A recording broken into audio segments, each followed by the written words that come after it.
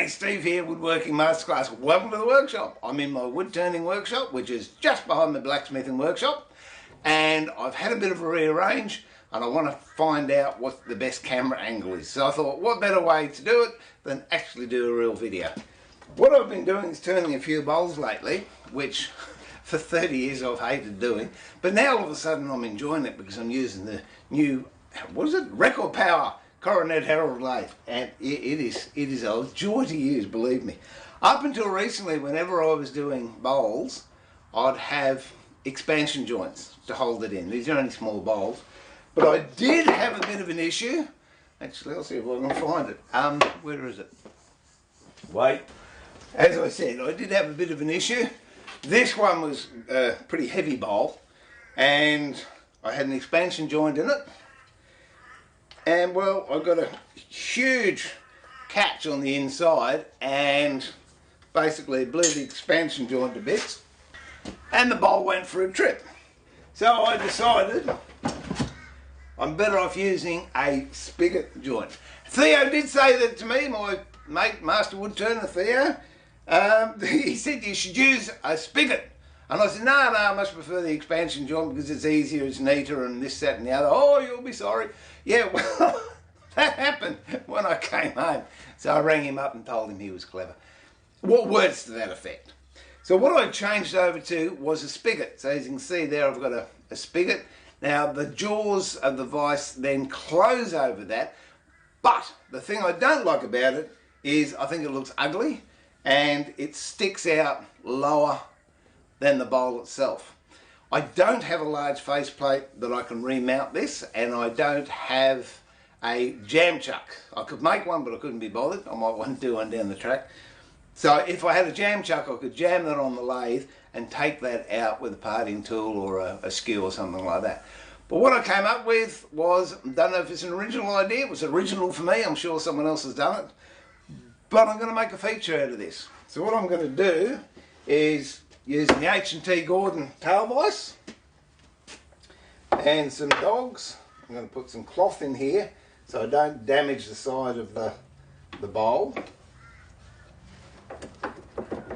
And I've got a wooden dog in there, so that doesn't damage the bowl either. And I'm just going to wedge that in there.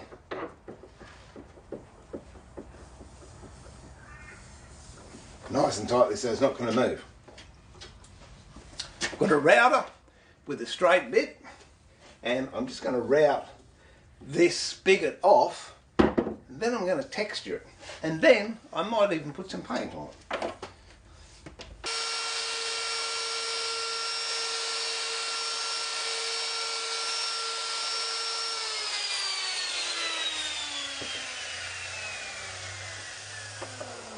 I'll turn that unsightly spigot into just a little disc. Pop it back in here. Now you could use whatever you like. You could use a power carver if you had a Dremel, or I've got an air burr tool. These are great. Pick them up on the internet for about 20 bucks. And that goes into the compressor. It's got a burr bit on the end. And then I can just rough this surface up. What I want to do for this particular one, don't need me enough, is I'm going to use a carving chisel. This is an 8L-10, so it's got a curved end here, and the sweep on it is an 8, and that's going to allow me to get in over this lip and just texture it. That's all I want to do.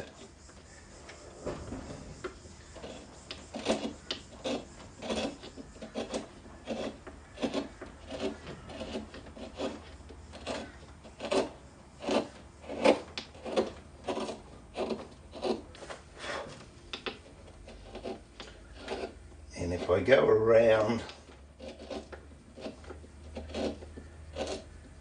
where that hole was, we'll just about cover that up. I'll just put a light on the subject, hope we don't get any flare.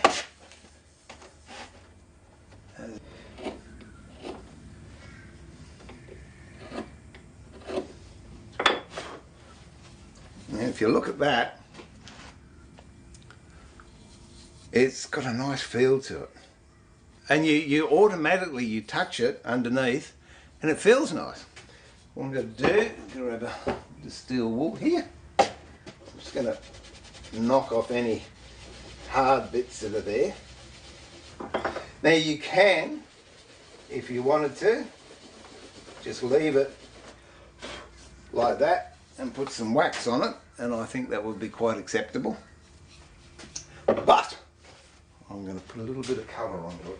Just an ordinary watercolour red. I think it's $2, really expensive stuff. Now just actually putting this on with my finger, because I can get more colour into that. And there you go. Rubbed it in with my finger. When that's dry, I'm going to take it off with a bit of steel wool, and that'll leave colour in the dips, wax over the top, all finished. And now that's dry, just rub off the high spots. A little bit of clear wax on the bottom. And that's it.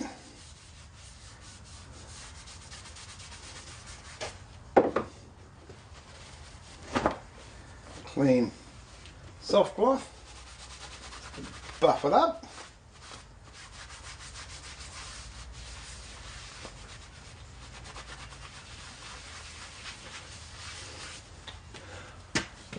Now, I don't know, colour might not be your thing. I just thought it was different because you feel that underneath and you're tempted to turn it over, and there's just that little something extra. You could leave it natural without the paint. Might do that next time, don't know. But that's a great way of getting rid of an unsightly and unwanted spigot or tenon when you've turned a bowl. Just flatten it, carve it, texture it, make a feature out of it. Well, this is Steve pulling the shed door down on the wood turning shed and saying, remember to keep it sharp, but more importantly, keep it safe. Look after yourself, be kind to each other, and I look forward to having your company in the workshop, or one of the workshops, at a workbench very, very soon. Till then, bye for now.